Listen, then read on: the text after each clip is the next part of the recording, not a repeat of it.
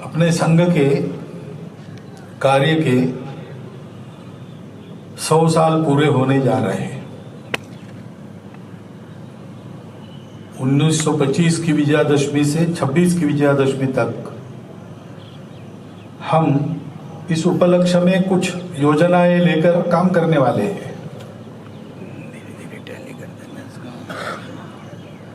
100 साल से चला हुआ अपना कार्य है, इसलिए दीर्घ अनुभव के आधार पर उसकी एक निश्चित कार्य पद्धति हो गई है। जो पुराने लोग हैं वो उस कार्य पद्धति में प्रशिक्षित हुए हैं, उनके स्वभावगत वो कार्य पद्धति हो गई है और इसलिए वो चलती रहती है। नए लोग आते हैं, उनके लिए एक तैयार सा मॉडल है, कुछ नया करना नहीं है, उसमें मिल जाना है, उसमें लग जाना है, इसलिए बड़ी आसानी है। पद्धति खोजनी नहीं है, पद्धति निश्चित है, अनुभव सिद्ध है और प्रमाण यानी उसके जो परिणाम है परिणाम सिद्ध भी है।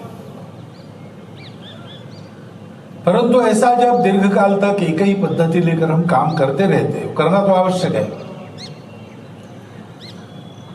लेकिन करते करते शरीर मन बुद्धि को आदत हो जाती है। ये अच्छी बात है, क्योंकि आदत के कारण पूर्ण कार्य क्षमता के साथ पद्धति का निर्वाह होता है और पद्धति का निर्वाह ठीक से होता है तो परिणाम ठीक से मिलते हैं। परंतु फिर शरीर मन बुद्धि आदत से काम करने लगती है, विचार से काम करना धीरे धीरे बंद हो जाता है, फिर गड़बड़ होती है। क्योंकि कार्य पद्धति में कार्य जो होता है उसके लिए कुछ कार्यक्रम होते हैं, कार्यक्रम करने से ही उसमें से कार्य निकलता है, परंतु कार्यक्रम कार्य नहीं होते। आदत लगने से कार्यक्रम तो उत्तम होते हैं, परंतु सोच के न करने से कार्यक्रमों में से कार्य का परिणाम नहीं निकलता, ऐसी स्थिति होती है। नदी में बहुत सारे पत्थर थे, गांव के पास की नदी सूख जाती थी, बरसाती नदी थी।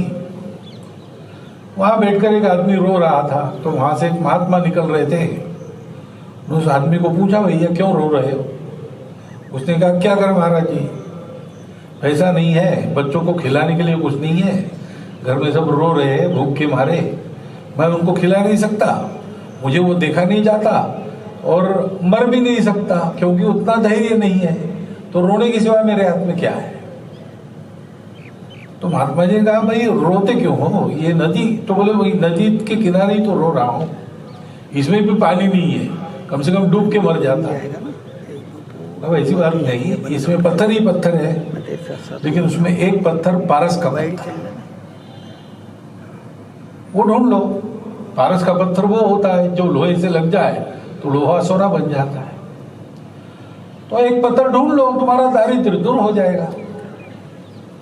इसको बड़ा आनंद हुआ कि चलो उपाय मिल गया, महात्मा जी ने बताया है, तो अविश्वास का तो कोई कारण नहीं। इसलिए घर में जाके एक लोहे की सीख लेके आया, नदी के पाट में खड़ा हो गया और एक एक पत्थर उठाना, लोहे की सीख को लगाना, देखना हुआ कि नहीं हुआ, फेंकना, दूसरा उठाना, ऐसा उसका शुरू हो गया। उठाओ, लगाओ, देखो, फेंको। लाखों करोड़ों पत्थर होंगे नदी में, एक ढूंढना है तो 1000, 2000, 10,000, मालूम नहीं कितने हजार पत्थर उठाना, लगाना, देखना, फेंकना, यही चला। तो आदत हो गई, परिश्रम भी भूल गया, धूप भी भूल गया, पसीना से तर था, कोई भान नहीं, बस एक ही धुन, उठाओ लगाओ देखो फेंको, उठाओ लगाओ देखो फेंको। अब कभी उसके हाथ में वो पत्थर आ गया, उसने उठाया, लगाया, देखा, वो तो सोने की बन गई थी सीख, लेकिन विचार बंद हो गया था, आदत से काम हो रहा था, इसलिए उठाओ लगाओ देखो के बाद फेंको का नंबर आता है, तो उसने वो पत्थर फेंक दिया, दूसरा उठाया, चलते रहा, उठाओ लगाओ देखो। बीच में एक बार ठोकर लगी, गिर गया, तो एकदम सोचा उसने, क्या कर रहा हूं? अच्छा वो पत्थर देखता है तो सीख सोने की बन गई। वो कहां से पत्थर उठाया, कहां फेंक दिया, कुछ पता नहीं। इतना सारा परिश्रम पानी में भी नहीं गया कि उन नदी में पानी ही नहीं था, व्यर्थ हो गया। ऐसे दीर्घकाल तक हम काम करते हैं तो उसके पीछे विचार क्या है, ये हमको स्पष्ट समझ लेना चाहिए और अपने कृति के पीछे सदैव वह सोच जागृत रहनी चाहिए। इसलिए थोड़ा इसी का चिंतन करेंगे कि जिस संघ के 100वें साल में उसके कार्य का पदार्पण हो रहा है, वो संघ क्यों है, क्या है। तो हम जानते हैं कि हमारी प्रार्थना में हम कहते हैं, विजेत्री चन संहता कार्य शक्ति विधायास्य धर्मस्य संरक्षणम परम वैभवम नेतुमेतत् स्वराष्ट्रम समर्था भवतु। शाखा में ये जो सब हम करते हैं, छोटे सीधे सादे सरल कार्यक्रम रोज आके नियमित करते हैं, 100 साल से कर रहे हैं, बहुत ज्यादा परिवर्तन भी उसमें नहीं होता, थोड़ा थोड़ा होता है, लेकिन निष्ठापूर्वक श्रद्धापूर्वक उन्हीं कार्यक्रमों को रोज कर रहे हैं। क्यों कर रहे हैं? समर्थ होने के लिए। क्या सामर्थ्य चाहिए? परम वैभवम नेतुमेतत् स्वराष्ट्रम, हमारे इस राष्ट्र को, हमने प्रार्थना में ही कहा है ये हिंदू राष्ट्र है, क्योंकि हिंदू समाज इसका उत्तरदायी है। इस राष्ट्र का अच्छा होता है तो हिंदू समाज की कीर्ति बढ़ती है, इस राष्ट्र का कुछ गड़बड़ होता है तो दोष तो हिंदू समाज पर आता है, क्योंकि वही इस देश का कर्ता धर्ता पालनहार है। और इसलिए ये हिंदू राष्ट्र है। तो उस अपने राष्ट्र को परम वैभव संपन्न बनाने के लिए समर्थ होना है। परम वैभव संपन्न बनाने का काम कैसा करेंगे? खूब भक्ति करेंगे, भगवान का अवतार होगा और वो हिंदुस्तान को ठीक कर देगा, ये नहीं है अपनी कल्पना। वो तो भगवान की इच्छा है, तब जो होना है होगा। लेकिन हम कह रहे हैं कि भगवान की राह क्यों देखें, भगवान जब आएंगे आएंगे, हम अपना पुरुषार्थ करें। और इसलिए इस राष्ट्र को परम वैभव संपन्न बनाने का काम हमको करना है, हमें सामर्थ्य संपन्न बनना है।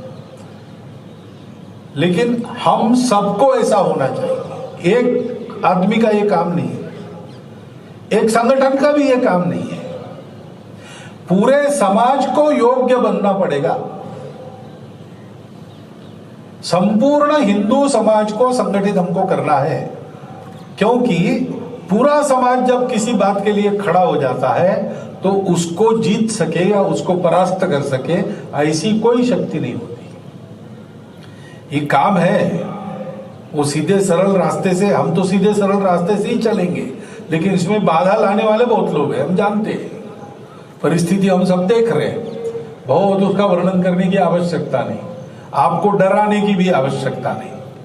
हम डरते नहीं है, ये परिस्थितियां हैं, हम जानते हैं कौन क्या कर रहे हैं, कैसा हो रहा है, ठंडे दिमाग से उसका हिसाब करते हैं और उसमें जो हमको करना है वो हम करते हैं।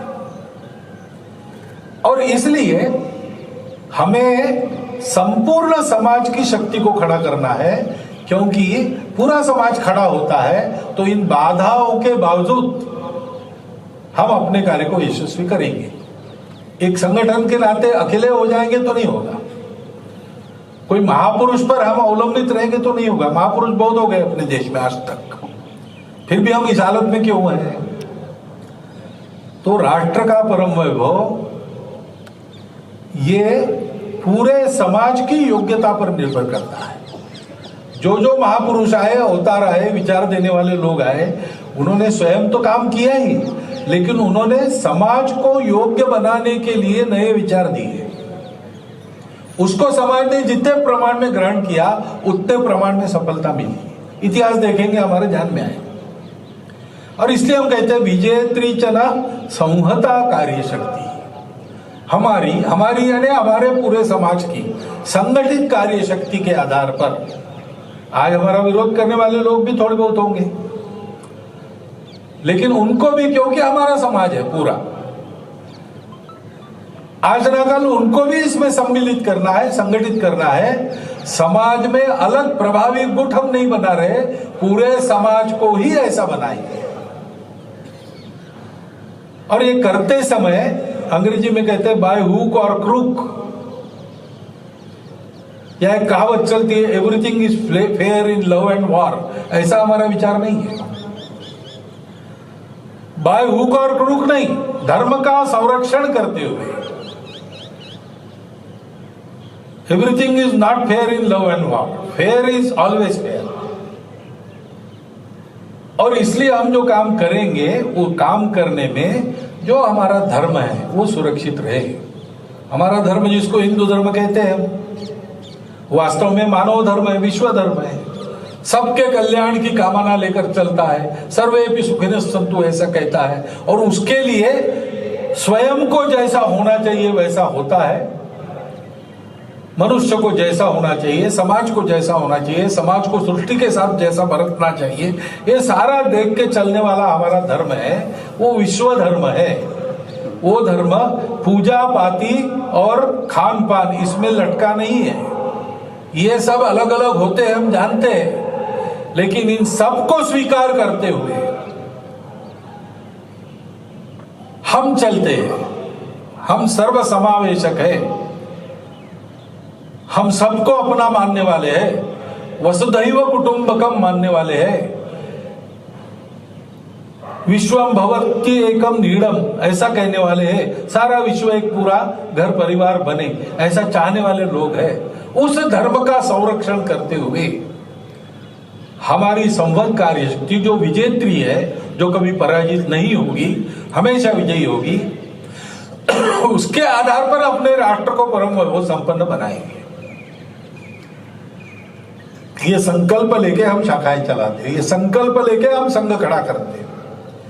उस संघ में प्रत्येक स्वयंसेवक का संकल्प होता है, वो प्रतिज्ञा में वो कहता है अपने पवित्र हिंदू धर्म, हिंदू संस्कृति व हिंदू समाज का संरक्षण कर हिंदू राष्ट्र की सर्वांगीण उन्नति करने के लिए मैं राष्ट्रीय स्वयंसेवक संघ का घटक बनाऊं। सब प्रत्येक स्वयंसेवक के मन में यह संकल्प रहता है। इसलिए हम संघ का काम कर रहे हैं। यानी आज हम संघ के नाते एक अलग संगठन देश में दिखता है, लेकिन इस संघ को हमको समाज व्यापी बनाना है। पूरे समाज को ही संघ बनाना है, संघ को समाज बनाना है। इसका मतलब संघ में जो जो अच्छी बातें संस्कार है वो लेके हमको समाज में जाना है, उनको ये संस्कार देने हैं। पूरे समाज में यही संस्कार व्याप्त हो। विचार कुछ भी रहे, विचारधाराएं अलग अलग हो सकती है, लेकिन प्रामाणिकता, देशभक्ति, अनुशासन, सामूहिकता आदि आदि जो सारी बातें संघ कार्य में हम सीखते हैं, अपने स्व के गौरव को सीखते हैं, ये सब समाज में लेके जाना है।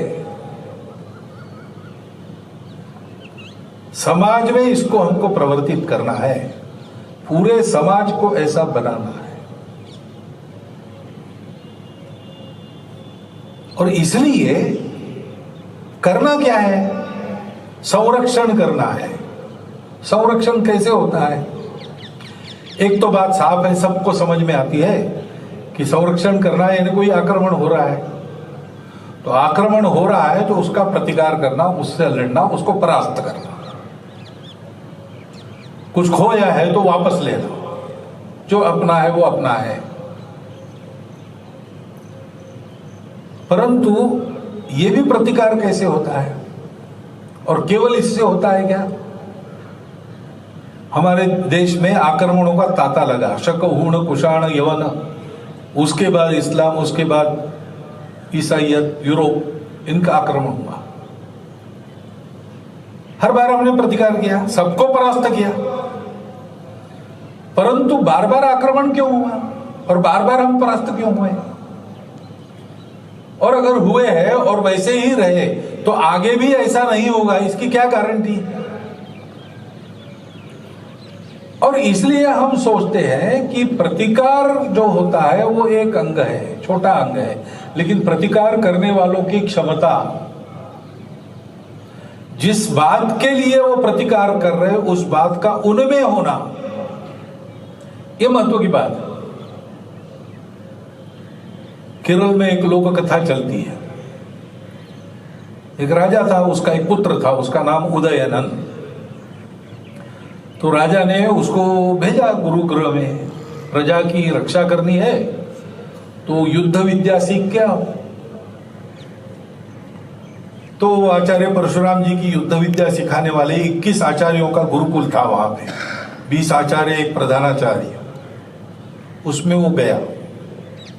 बहुत सुशील, सुलक्षणी, सद्गुणी था, प्रजा की सेवा करने की इच्छा थी, माता पिता का आज्ञाकारी था, इसलिए मन लगाकर बहुत अभ्यास करके 12 वर्ष में जितना सिखाया सब उसने आत्मसात किया। और 12 वर्ष के बाद परीक्षा की घड़ी आई तो मैदान में पहुंचा। प्रधानाचार्य को आगे करके 20 आचार्य बैठे थे। आ गया उनके सामने, शस्त्र अस्त्र लेकर नमस्ते किया, नमस्कार किया और कहा कि गुरुजी मैं तैयार हुआ, मेरी परीक्षा लीजिए। तो प्रधानाचार्य ने पूछा, अच्छा तुम्हारी परीक्षा लेते हैं, लेकिन बताओ 12 साल में तुम कितना सीखे? उसने कहा कि महाराज आपकी कृपा से मैं जो सीखा हूं, मैं 10,000 लोगों से अकेला लड़ सकता हूं। तो प्रधानाचार्य ने कहा ऐसा करते हैं, तुम कल फिर से आओ, थोड़ा सोच के आओ। अच्छा है तुम इतना सीखे हो, परीक्षा लेंगे हम, तो थोड़ा सोच के कल आना, कल लेंगे परीक्षा। तो इसको ध्यान में आया कि कल बुलाया यानी आज फेल हो गए,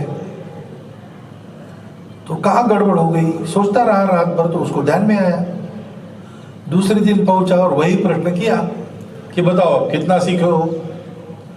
तो कहा गुरुजी कल मैंने गलती की, वो 10,000 लोगों से क्या लड़ना, 10,000 लोगों से अकेला आदमी कैसे लड़ेगा और 10,000 लोग एक से कैसे लड़ेंगे?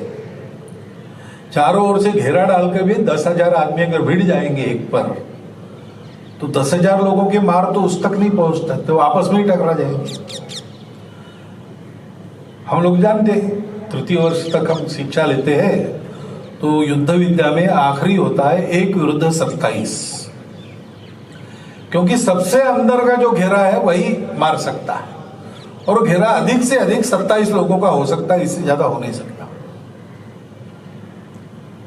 तो उसने कहा कि मैं कल गलती कर गया, तो अंदर के घेरे से ही मुझे लड़ना है, तो मैं 27 लोगों से लड़ सकता हूं। तो प्रधानाचार्य ने कहा कि बहुत तुम सही दिशा में सोचे हो, और थोड़ा और सोचो, कल आओ। अब क्या हुआ भाई, अब क्या गलती हुई? फिर से रात भर सोचा तो उसको ध्यान में आया। दूसरे दिन गया, फिर पूछा वही। उन्होंने कहा गुरुजी जरा अहंकार में कल ज्यादा बोल गया, क्षमा करना। वास्तविक ऐसा है कि 27 लोग भी हैं तो भी लड़ना तो एक समय एक से ही पड़ता है, शास्त्र ही ऐसा है। 27 लोग एक साथ लड़ेंगे एक से, तो एक की तो चटनी हो जाएगी। तो उसका ये काम है कि एक का मार रोको, दूसरे को धौस बताओ, तीसरे को पीट के चौथे के पीछे से बाहर चले जाओ घेरे के, और उसके बाद कभी एक से ज्यादा लोगों को सामने नहीं पड़ने देना। तो इसलिए लड़ना तो एक से ही पड़ता है। मैं एक से लड़ना बहुत अधिक अच्छी तरह जानता हूं। तो गुरु ने कहा बस तुम अब पहुंचने वाले हो सही जगह, वहां पहुंच जाओ और कल आओ। तो अब क्या गड़बड़ हुई? दूसरे दिन विचार करके पहुंचा, फिर कहा कि गुरुजी क्षमा कीजिए, मैं बहुत ही ज्यादा अहंकारी हो गया था, उसके कारण मेरे ध्यान में बात आ गई। आपने पूछा कितने लोगों से लड़ सकते हो,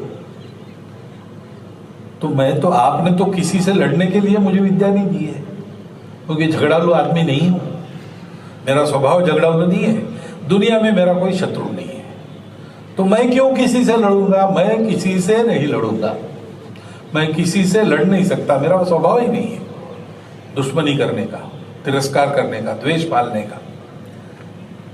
लेकिन अब दुनिया सब ऐसी नहीं है, दुनिया में दुष्ट लोग हैं, वो लोग लालच में किसी खराब इरादे से मेरे पर, मेरी प्रजा पर आक्रमण करेंगे, तो उनसे मैं अपने आप को और अपनी प्रजा को बचा सकता हूं, इतना मैं सिखाऊं। तो गुरु ने कहा बस ठीक हो गया, तुम कैसे लड़ते हो वो तो हम देख रहे 12 साल से, उसकी परीक्षा लेने की आवश्यकता नहीं, तुम सही दिशा में सोच रहे हो ये हमने देख लिया। यही है, दुनिया में लड़ना है तो बाहर की तो लड़ाई रहती है, लेकिन तब वो ठीक होती है जब अंदर की लड़ाई हम जीत लेते हैं। तुकाराम महाराज संत हो गए महाराष्ट्र में, उनका एक प्रसिद्ध अभंग है, उनकी कविता को अभंग कहते हैं। उसमें उन्होंने कहा है कि रात्रंदिन आम्हा युद्धाचा प्रसंग, हम दिन रात लड़ाई में लगे हैं। वो संत है, हाथ में शस्त्र कभी लिया नहीं, भगवान के नाम का गायन कर रहे हैं और हाथ में वीणा है, लेकिन वो कहते हैं कि दिन रात हम लड़ाई में लगे हैं। अंतर्बाह्य जग आणि मन, अंदर की लड़ाई और बाहर की लड़ाई, दुनिया के आकर्षणों से लड़ाई और अंदर के मोहों से लड़ाई, जग से और मन से लड़ाई करनी पड़ती है। हमारा जो काम है, डॉक्टर साहब ने सबको बताया स्वयंसेवकों कि जो हमारी स्थिति है उसके लिए इधर उधर दोष मत देते बैठना। ये सब मुसलमानों के कारण ऐसा हो रहा है, ये सब ईसाइयों के कारण ऐसा हो रहा है, ये सब अंग्रेज सरकार के कारण हो रहा है, ये वो कर रहे हैं, ये बात ठीक है, उसका प्रतिकार होना चाहिए, ये भी ठीक है, और अच्छे से होना चाहिए, ये भी ठीक है, परंतु वो कर रहे हैं इसलिए हमारा नुकसान नहीं हो रहा। हम गड़बड़े इसलिए वो कर पा रहे हैं, नहीं तो 500 साल अपने देश में सुल्तानों बादशाहों का राज रहा। ये कैसे लोग हैं, अरबस्तान से निकले, 77 साल में मेक्सिको से साइबेरिया तक छा गए, पारसी लोगों का देश पूरा बदल दिया उन्होंने, बदल गए सब लोग। अब कोई अपने पूर्वजों का नाम ले वहां पर नहीं है, सब कुछ बदल गया 77 साल में। ईसाई लोगों ने 1000 साल में 4 महाद्वीपों को ईसाई बना लिया, और आशिया में भी बहुत सारे ईसाई देश हैं, उनका भी 250 साल यहां राज्य रहा। लेकिन ये सब होने के बाद आज हिंदुस्तान हिंदुओं का ही देश है। इनके करने से कुछ होना रहता तो हम आज होते ही नहीं यहां पे हिंदू के नाते। तो उनकी ये ताकत नहीं है, लेकिन ऐसा सब हो रहा है, इसका कारण है हमारी कुछ कमियां हैं, उसको ठीक करो। और इसलिए बनो और बनाओ, संघ में आकर स्वयंसेवक बनो, सारे समाज में सबको अपना स्वयंसेवक बनाओ। ये हम करते हैं, और इसलिए आगे भी जो करना है वो ऐसे ही करना है। अब संघ बड़ा हो गया, पहले कोई जानता नहीं था संघ को, आज सब लोग जानते हैं। पहले कोई मानता नहीं था संघ को, आज सब लोग मानते हैं। जो हमारा विरोध करने वाले लोग हैं वो भी होठों से तो विरोध करते हैं, लेकिन मन से तो मानते ही है। पूरा नहीं मानते तो कुछ बातें मानते हैं। राजनीति चलती है इसलिए उठपटांग बातें करते हैं, लेकिन अंदर मालूम है उनको। तो यह स्थिति हमारी हो गई, इसलिए अब हम एक काम कर सकते हैं कि अपने पवित्र हिंदू धर्म, हिंदू संस्कृति और हिंदू समाज का संरक्षण कर हिंदू राष्ट्र की सर्वांगीण उन्नति ये हमको करनी है। उसके प्रतिकार की व्यवस्था तो हम कर ही रहे,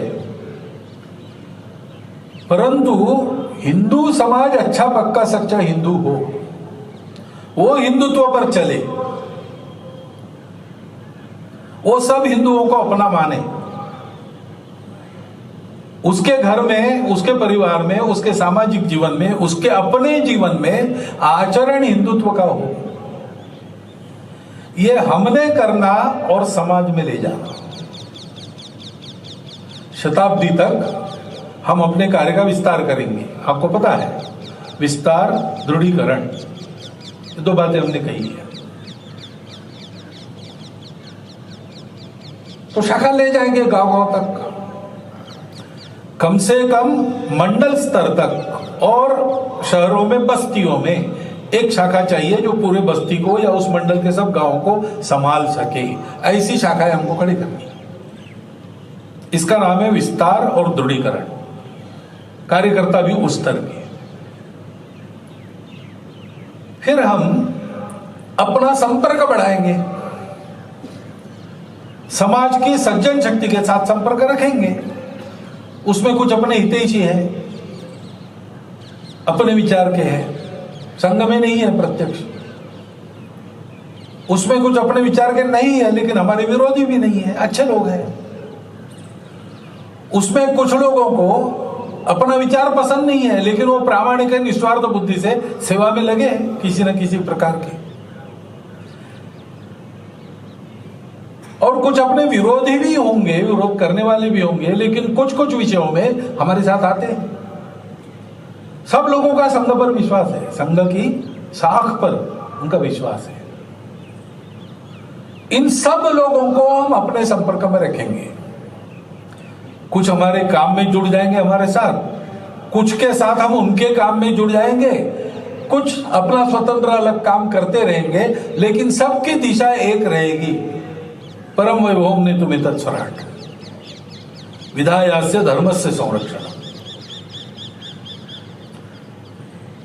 ऐसी सज्जन शक्ति का अंग्रेजी में कहते हैं नेटवर्किंग, वो हम करेंगे, उनका जागरण करेंगे, उनको सत्य स्थिति देश की बताएंगे। और ऐसे सब लोगों को एक दिशा में चलने की प्रेरणा हमसे मिलेगी, वो चलेंगे। ये हो रहा है और करना है, पूरा करना है। और फिर तीसरी बात है कि इसके आधार पर जो विपरीत संवाद देश में चलता है, लोगों को बरगलाया जाता है, आप हिंदू नहीं हो। हिंदू नहीं हो यानी क्या? हिंदू क्या है? हिंदू होना यानी क्या है? हिंदू होना यानी विश्व का उदारतम मानव बनना। हिंदू वो है जो सबको स्वीकार करता है, हिंदू वो है जो सबके प्रति सद्भावना रखता है, और हिंदू वो भी है जो मार नहीं खाता है, पराक्रमी पूर्वजों का वंशज है, लेकिन ऐसी ताकत रखने के बाद भी वो उसका दुरुपयोग नहीं करता, निरपराधों को दंडित नहीं करता, स्वयं से कोई कलह उत्पन्न नहीं करता, झगड़ा नहीं करता। जो दुष्कृता अपने शक्ति का उपयोग करता है, विद्या का उपयोग विवाद पैदा करने के लिए नहीं करता है, ज्ञान देने के लिए करता है। धन का उपयोग मदमस्त होने के लिए नहीं करता है, दान देने के लिए करता है। और शक्ति का उपयोग दुर्बलों की रक्षा के लिए करता है। ये जिसका शील है, मातृवत परदारेषु परद्रव्येषु लोष्ठवत आत्मवत सर्वभूतेषु, ये जिसकी संस्कृति है वो हिंदू है। पूजा किसी की भी करता हो, भाषा कोई भी बोलता हो, किसी भी जात पात में जन्मा हो, किसी भी प्रांत का रहने वाला हो, कोई भी खान पान रीति रिवाज को मानने वाला हो, ये मूल्य जिनके हैं, जिनकी ये संस्कृति है, वो सब हिंदू है। लेकिन संवाद ऐसे चलता है, आपका देवी देवता अलग है, आपके रिवाज अलग है, आपका वंश अलग है, आपका ये अलग है, इसलिए आप अलग हो। दुनिया सारी विविधता में अलगाव देखती है, भारत एक है जो जानता है, इसलिए विविधता के नीचे जो एकता है उसको देखता है। उसको मालूम है कि वास्तव में विविधता नहीं, प्रकार है, डाइवर्सिटी नहीं, वैरायटीज है, यूनिटी की डाइवर्सिटी है। संवाद हम बदलेंगे, विमर्श बदलेंगे, और प्रत्यक्ष आचरण में सारी बातें आए। इसलिए 5 मुद्दे आज चुनेंगे जिनको हम लागू करेंगे। समाज में लागू करना है तो पहले अपने जीवन में होने चाहिए। वो मुद्दे मालूम है आपको? पहला है सामाजिक समरसता। अपने धर्म को हम भूल गए, अपने स्वार्थ और भेद के अधीन हो गए, और इसलिए धर्म के नाम पर बहुत बड़ा अधर्म जाति भेद का चला, छुआछूत का चला, ऊंच नीच भाव पैदा हो गए, श्रेष्ठ कनिष्ठ ऐसा हो गया। यह चित्र हमको पूरा मिटा देना है। हम संघ के स्वयंसेवक है, हम जिस कार्य क्षेत्र में रहते हैं, जितना हमारा संचार है, जितना हमारा कार्य क्षेत्र है, उसमें बाहर के लोग जितने प्रकार के हिंदुओं को मानते हैं, हम तो एक ही मानते, पूरा हिंदू समाज अखंड है, एक है, कोई भेद नहीं है। सब व्यवहार आपस में चल सकते हैं। परंतु लोग मानते हैं, जात पात देखते हैं, भाषा देखते हैं, पूजा देखते हैं, सब देखते हैं।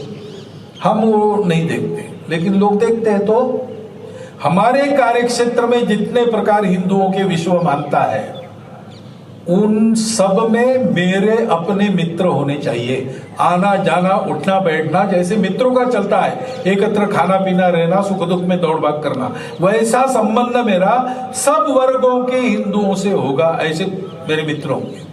और कुटुंब के भी मित्र होते हैं, अड़ोस पड़ोस होता है, ऐसे संबंध होते हैं। एक दूसरे के यहाँ मंगल कार्य में कोई घटना घटी, उसमें जाते हैं, सुख दुख में पूछताछ करते हैं, एक दूसरे को निमंत्रण करते हैं। ऐसे मेरे कुटुंब के मित्र कुटुंब भी सभी प्रकार के हिंदुओं में होंगे। यहां से शुरू करना, आगे फिर जितना बढ़ सकते बढ़िए। प्रत्येक स्वयंसेवक का अब ये प्रयास होना चाहिए, आने वाले 2 वर्षों में ये स्थिति अपनी बननी चाहिए कि सारे अपने मित्र हिंदू समाज के जितने प्रकार माने जाते उन सब प्रकारों से है, और मेरे कुटुंब के मित्र कुटुंब उन सब मित्र कुटुंबों में से है। इसलिए घर में भी अपने को समझाना पड़ेगा, समझाएंगे, तैयार करेंगे सब। और शाखा के नाते, संघ के नाते, जहां अपना समूह प्रभावी है, उसकी शक्ति है, वहां पर कम से कम मंदिर, पानी, स्मशान तो सब हिंदुओं के लिए खुला होगा।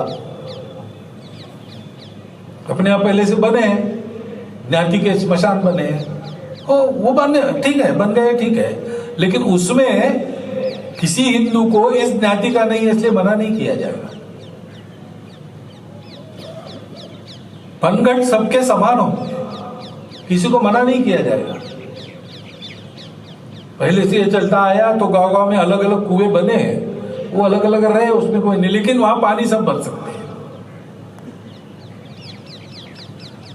और मंदिर भगवान है, हिंदुओं के भगवान है, तो सारे हिंदू आ जा सकते हैं, दर्शन कर सकते हैं। इसका प्रयास करना, लोगों को समझा कर, ये प्रयास करना यानी लादना नहीं है, मन बदलना चाहिए, तभी वो स्थायी होता है। नहीं तो जब तक हम हैं तब तक चलता है, हम चले गए तो फिर से पहले जैसा हो जाता है। और इसलिए समाज का मन बदलते हुए इस परिवर्तन को लाना, ये अभी हम करें, आगे हम समाज में ले जाएंगे शताब्दी के बाद।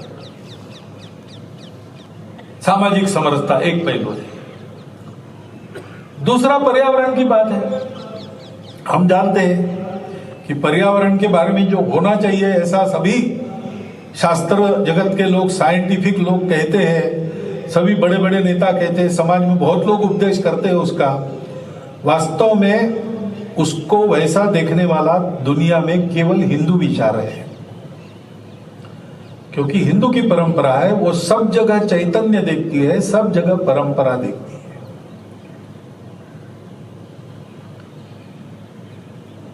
किताब को पैर लगा, कौन सी किताब है नहीं देखते हम, पैर लगा तो हम ऐसे झुककर नमस्कार करते हैं, आदत पड़ गई है। मालूम भी नहीं होगा पर्यावरण का विषय, लेकिन ये आदत पड़ गई है। भूमि का वंदन करते हैं, विष्णु पत्नी नमस्तुभ्यम पादस्पर्शम क्षमस्वामी, चलना पड़ता है जमीन पर, लेकिन उठते ही पैर रखने के पहले नमस्कार करते हैं, क्षमा मांगते हैं और फिर अपना व्यवहार करते हैं। सांप की पूजा करते हैं, गाय को माता मानते हैं, नदी को माता मानते हैं, पर्वतों की प्रदक्षिणा करते हैं, क्योंकि हम मानते हैं कि ये सब चैतन्य में है, निर्जीव कुछ नहीं है, सब में जान है और सब पवित्र है। अपवित्रता कहीं भी नहीं है, अस्वच्छता हो सकती है, अपवित्रता कहीं भी नहीं। यह विचार केवल हमारा है, दुनिया में किसी का नहीं है ऐसा। और इसलिए पर्यावरण के बारे में जो जो होना चाहिए वो हमको करना है। छोटी बातों से प्रारंभ करना, अपने घर में पानी बचाओ, सिंगल यूज प्लास्टिक हटाओ और पेड़ लगाओ। घर को हरितघर बनाना, घर में हरियाली, घर के आंगन में बगीचा, और सामाजिक उपक्रमों में भी अधिक से अधिक पेड़ लगाना। अभी अपना चल रहा है एक उपक्रम यहाँ पे, ये हमने करना है, प्रत्येक ने हमारे घर में इसकी समझदारी उत्पन्न करना है। तीसरा है, इसके लिए अपने परिवार को भी सिखाना पड़ेगा। दुनिया में संस्कार भ्रष्टता बहुत है, हम समाचार पढ़ते हैं। बाहर देशों में बच्चे बंदूक लेके जाते स्कूल में और अपने स्वाध्याय को गोलियों से भून जाते। संस्कार चला गया, कोई मानवता रही नहीं। और बाहर क्या, अपने देश में भी हम देखते हैं संस्कारों की भ्रष्टता। मीडिया का जो दुरुपयोग है उसके कारण नई पीढ़ी बहुत तेजी से अपने संस्कार भूल रही और उधर जा रही। बताने वाला कोई नहीं, सबके हाथ में मोबाइल है, घर में बात नहीं होती, सब आते हैं अपना अपना मोबाइल खोल के उसी में बैठ जाते हैं। किसी का किसी से कोई संबंध नहीं रहा। परिवार यानी एक घर में रहने वाले पुरुष, महिला, बच्चा, बच्ची, इतना ही रहा है। उनका कोई आपस में संबंध है, आत्मीयता है, कोई परंपरा का वहन करना है परिवार के द्वारा। वो परिवार समाज का यूनिट है, सांस्कृतिक, आर्थिक, सब प्रकार से। ऐसी कोई बात दिखाई देती है अभी, लेकिन लुप्त तो हो रही तेजी से। और इसको समझाना हमारा अपने परिवार से शुरू होना चाहिए।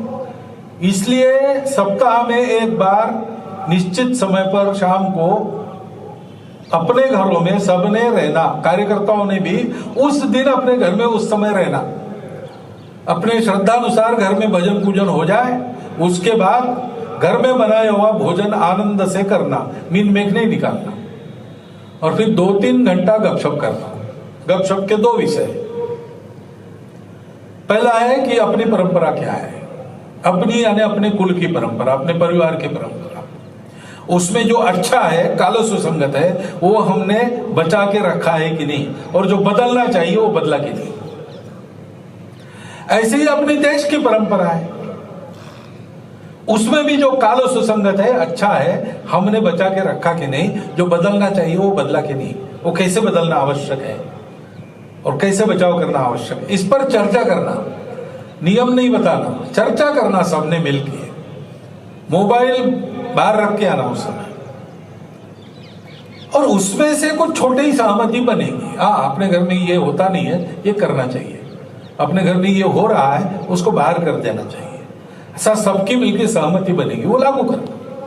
हर हफ्ते ऐसे बैठना। और दूसरा विषय होगा कि हम सब लोग अपने लिए बहुत कुछ करते हैं, रोज करते हैं। हम सब लोग अपने परिवार के लिए भी करते हैं, रोज करते हैं। क्योंकि हम ठीक है, सिर सलामत तो पगड़ी 50। और हम ठीक तब रहते जब अपना परिवार ठीक है। लेकिन परिवार और हम दोनों जिसके कारण ठीक रहते वो हमारा समाज है। उसके लिए हम रोज क्या करते हैं, कितना समय देते हैं, कितना खर्चा करते हैं, इसका विचार करके कुछ छोटे छोटे संकल्प सब लोग ले। सब लोग कुछ ना कुछ कर सकते हैं। छोटा बालक भी कम से कम अपने जन्मदिन के समय, और जिनको बुलाते नहीं घर के अंदर, उनको बुला सकता है, उनके साथ नाता जोड़ सकता है, उनको आदर सम्मान पूर्वक खिला सकता है। जन्मदिन मनाना तो केक क्यों काटना भाई, मोमबत्ती क्यों बुझाना। जन्मदिन है तो हम भगवान के यहाँ जाएंगे, दर्शन करेंगे, अपने घर में माता पिता का वर्णन करेंगे, वंदन करेंगे, दीप जलाएंगे, और फिर किसी ऐसे स्थान पर जाकर वहां हमारे सानिध्य की, प्रेम की, स्नेह की, थोड़े बहुत दान की आवश्यकता है, वो करेंगे। छोटी बात है। ऐसे छोटे छोटे संकल्प लेकर सब लोगों ने सक्रिय होना, इसको कहते हैं कुटुंब प्रबोधन। अपने घर के अंदर भाषा, भूषा, भजन, भवन, भ्रमण, भोजन अपना होना चाहिए। बाहर हमको मजबूरी में क्या करना पड़ता है पता लगे। घर की चौखट के अंदर ये सब नहीं चलेगा, ये सब अपना होगा। भाषा, भूषा, भ्रमण, भजन, भोजन, भ्रमण।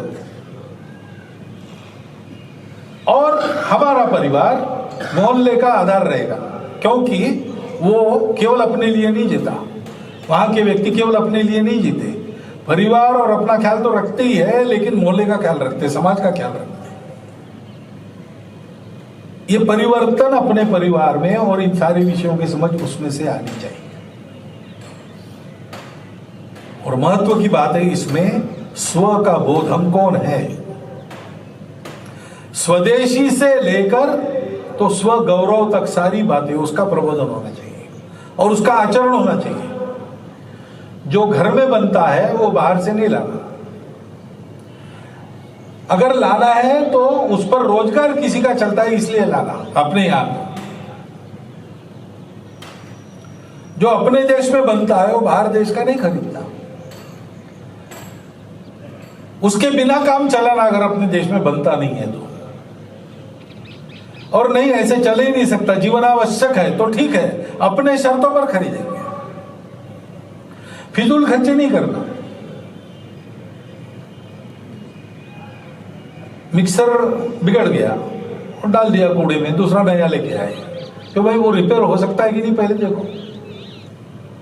मितव्ययिता से रहना, सादगी से रहना, वैभव का प्रदर्शन नहीं करना, शादी ब्याह में फालतू खर्चा नहीं करना। उतना खर्चा आप समाज की सेवा में लगाओ, मंगल निधि दो बचा के। ये स्वदेशी है, इसमें स्व का बोध है। स्व का बोध होता है तो अपने हम कौन इसका बोध होता है तो हमारे कौन ही ध्यान में आता है।